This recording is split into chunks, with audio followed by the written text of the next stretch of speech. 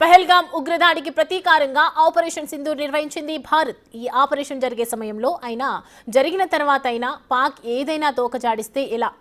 భారత పశ్చిమ తీరాన్ని టార్గెట్ చేసుకుని దాడులు చేస్తే ఏం చేయాలి? ఇలాంటి ప్రశ్నలను ముందే వేసుకున్న కేంద్రం ఇండియన్ నేవీని రంగంలోకి దింపింది.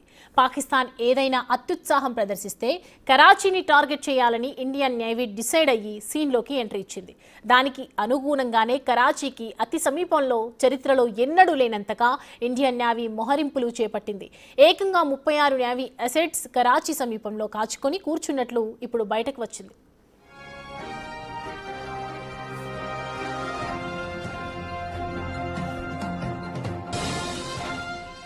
పహల్గామ్ దాడి జరిగిన రోజుల వ్యవధిలోనే అరేబియన్ సముద్రంలో ఐఎన్ఎస్ విక్రాంత్ కనిపించింది. అయితే ఇదంతా రొటీన్ వ్యవహారమని అంతా పారేశారు. కానీ ఐఎన్ఎస్ విక్రాంత్ అరేబియన్ సముద్రంలోకి ఏ కారణంతో వచ్చినా దానిని రూట్ను కరాచీ వైపు మార్చారు.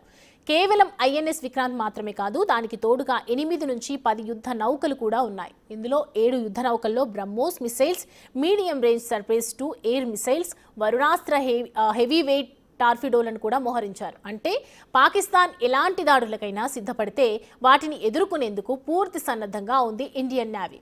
సర్ఫేస్, ఏరియల్, అండర్ వాటర్ థ్రెట్స్ను కూడా ఎంగేజ్ చేయడానికి ఫుల్ ప్రిపేర్ అయ్యింది ఇండియన్ నేవీ.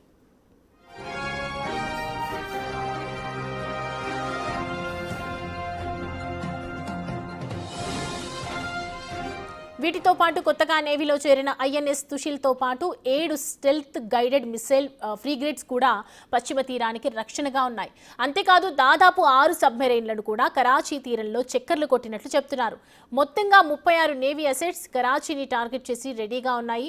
మరో హైలైట్ ఏంటంటే వీటిలో 6 యుద్ధ నౌకలు 1971 యుద్ధ సమయంలో కరాచీపై దాడి చేసినవి కావటం.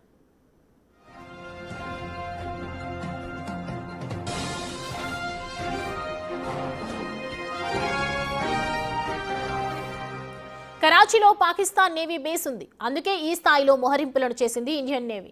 మన మొహరింపులను చూసి కూడా పాక్ నుంచి ఎలాంటి స్పందన రాలేదు.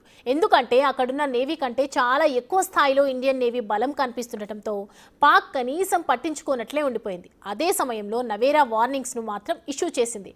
ఎమర్జెన్సీ సమయంలో ఇలాంటి వార్నింగ్స్ ఇస్తాయి ఆయా దేశాల నేవీలు.